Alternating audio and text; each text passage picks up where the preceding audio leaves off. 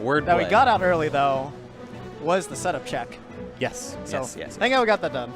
Now we shouldn't have to worry about it. We got to be super safe about that. So we have, as we mentioned beforehand, ladies and gentlemen, Team Hopes and Dreams, Rio and WonderBread versus the Finesse Express and Kiki and Dyer. It's going to definitely be double Diddy Kong. Oh, yeah, absolutely. Who does Rio normally play? 'Cause, I mean, he has so many characters he can play. Oh, my God. If it's Fire Emblem, he'll play it.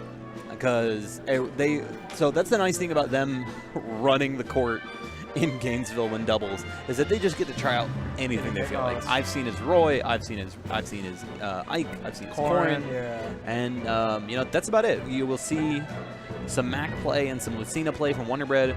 WonderBread kind of going through a bit of a character crisis right now. Yeah, I kind of noticed that. 'Cause he was considered, like, according to the most recent Mac Nation power rankings, the number one.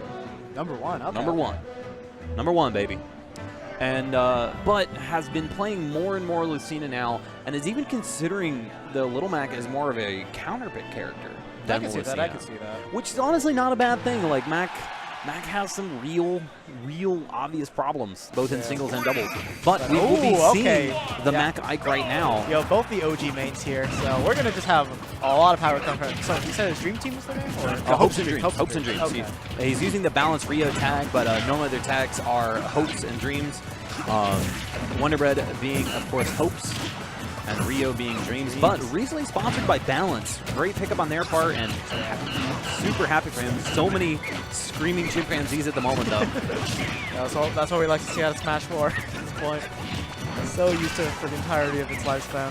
But I mean, Kiki taking a ton of damage right now, though. It's definitely going to be interesting to see this dynamic, though, because it's like, obviously, double Diddy Kong, they're going to dominate the neutral. Like, they should be able to control so much, but the thing is, the conversion game coming from Hopes and Dreams is just going to be out of this world. Oh, he had the banana in hand, so he wasn't able to convert right there. Yeah. Oh, but he gets the unsafe monkey flip with the sweet spot up smash, and the KO punches on deck, too. Gee Louise. I'm scared right now if I am Dyer and Kiki. I mean, he got the grab, though, so not going to have to deal with that nonsense. He should be. Oh, he saw this jump. Oh, yeah. That's a Little Mac main, man. You know you got to keep those resources safe. Yeah. Oh, but the unfortunate team kill with the turnaround F smash. All right, so it seems like Dyer and Kiki, they've been able to establish some good amount of presence right now. First, it was looking like Hopes and Dreams was going to just kind of steal out some stocks pretty early on, but they weren't able to get their hands on Dyer fast enough, and right now paying the price for it. Oh, we see the back throw there. That probably should be enough to do it. Yeah, that's it.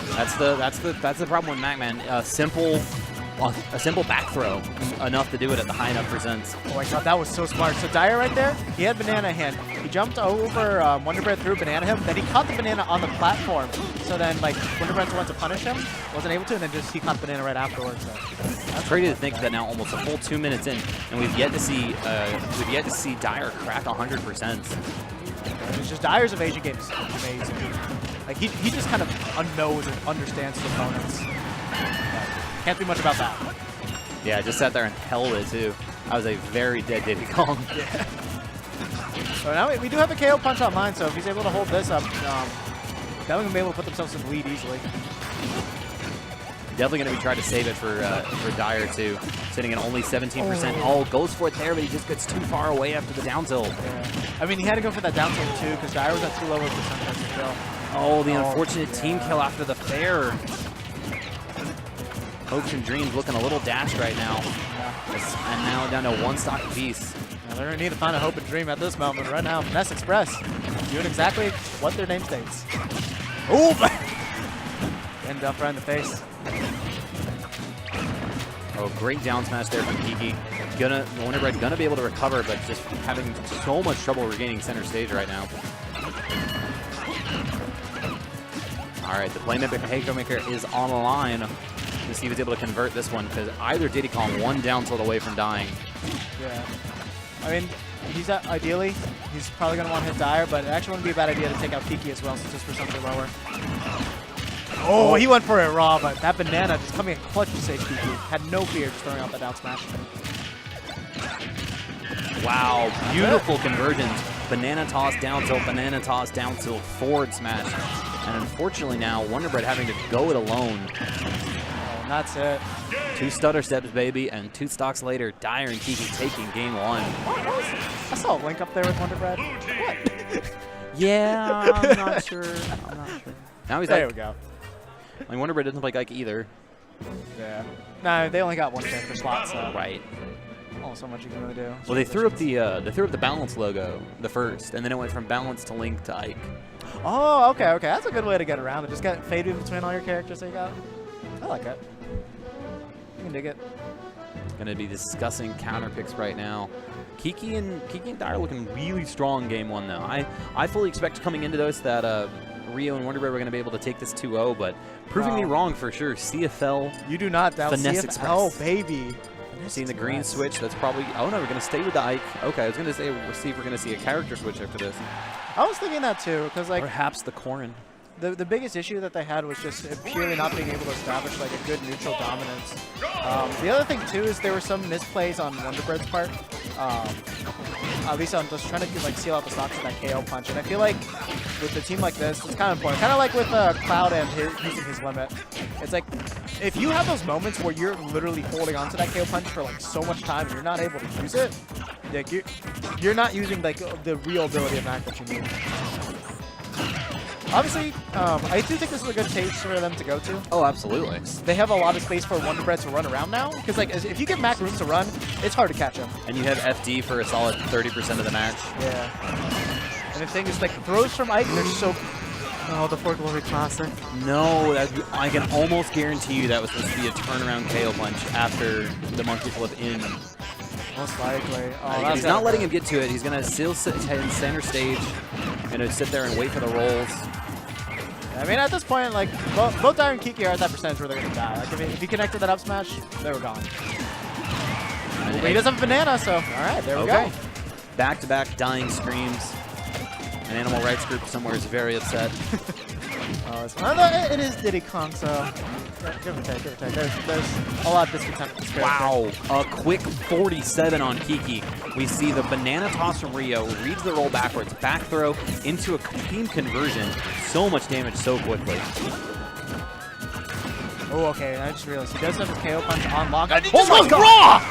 Raw! And he just hits him with the side B to get out of there, and that actually saved him too.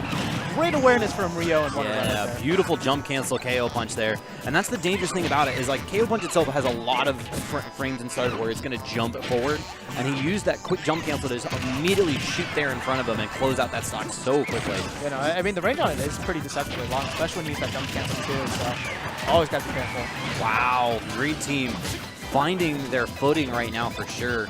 Yeah, I mean, they're doing exactly what they need to, because like this is the difference between this game and the last game, is that WonderBread is actually able to get in and get those punishes. And think about that for a second. That's with an early SD too. Yeah. So if you think about it this way, they've technically lost 1 stock to Rio, if you're going pure by gameplay standards. Oh, great weight with the down smash. Closing it out. I like that weight from Dyer there. This is bad. Oh, if he got the double dip, they would have immediately even. So Dyer's like, sorry, friend. You may be hopes and dreams, but I am the walking nightmare. You had hope and dreams for like those 4 stocks. Oh, the movement there from Rio. Completely mixing up Kiki. Now, there's one thing that Rio's always had is like I've always thought he's been like one of the best players for movement in the entirety of this game. Like, oh yeah, no, I've faced him in bracket twice now, and it's been complete and utter obliteration. Ooh, that Mac's still going to be living.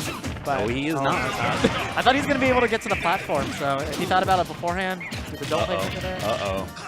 Get out of there. This is scary. This is exactly what Finesse Express needed to break the season again. Good F tilt. Oh god, he's so lucky that he's released that invincibility there. Okay, so Dyer with not an impossible situation, but a very... So the interesting thing about this is that Dyer can't actually go for the classic as long as WonderBread is still on stage. Just because, like, if he does down tilt up smash, WonderBread's going to be able to just run up and up smash him. So the important thing about this is either you're going to be chucking Rio away or you're going to be trying to kill WonderBread. Oh no! All right, now all the green team needs is a grab. Keep WonderBread on the ground. Don't let him press advantage. Oh my god! What a almost conversion. That's it. Yep. Right, Double jab into the up B. Man, that was close. some swings of momentum in that game. The early SD to the quick conversions from Green Team to Dire almost pulling off the miracle. Yeah. Like, honestly, at that point, it's like both teams executed their game plan like flawlessly. Absolutely. Like, absolutely. Green Team they were able to do theirs and they were able to run with it a little bit longer.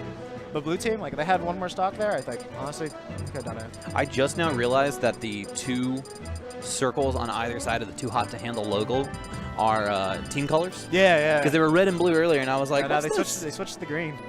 So no way. That's awesome. They're again on top of everything here. Castle Siege? What? Let's do it, baby. Let's do it. No, every time I play singles, I try to convince people to Gentlemen's to Peach's Castle. To Peach's Castle? Hell yeah. I'll live forever. Like I'll be launched at an angle and then just tech off that top platform, the top platform on either side, the little block of metal cheese. Oh yeah. I haven't played on that stage too often, but honestly, like when I do free for alls, that's one of the best stages to do it on. That, and of course, you can't go wrong with Temple. Temple? No. God, I haven't played Temple in so long. Go down in the pit, baby. Set it at 300 and see who can tech the best. Ganon Dittos. Ganon Dittos. Now you're speaking my language. So we're going to see a return to Town and City. Kiki and Dire feel like it wasn't too bad of a situation for them. And, you know, Green Team kind of just popped off on them for just a little bit. Ooh. Yeah. Big what team damage. did they win on game 1? Was it Battlefield? Yes. Yeah, so... You know, honestly, I probably would have liked to see them try to go for something a little bit more close quarters, so that way they could kind of suffocate Mac a little bit more. Maybe some Dreamland, but I'm assuming... Oh! Whoa, the double kill? No, oh, no Mike's going to live. Much like that monkey. It's one of my favorite transition photos is Ike and Brawl compared to Ike and Smash 4. Yeah. Man's got some gains. That's right there. This is a bad situation for WonderBread, but that platform is so clutch for him.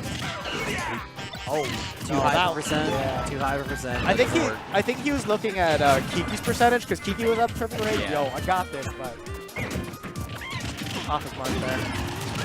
Good awareness there. Yep, get that early invincibility off of that up B. You know, any Diddy combo that's gonna hit that down throw, they're not gonna be thinking about a Mac being able to get out of it. And right now, Dire and Kiki with a pretty good lead. Dire's able to stock tank for a little bit. Now. Wow. No.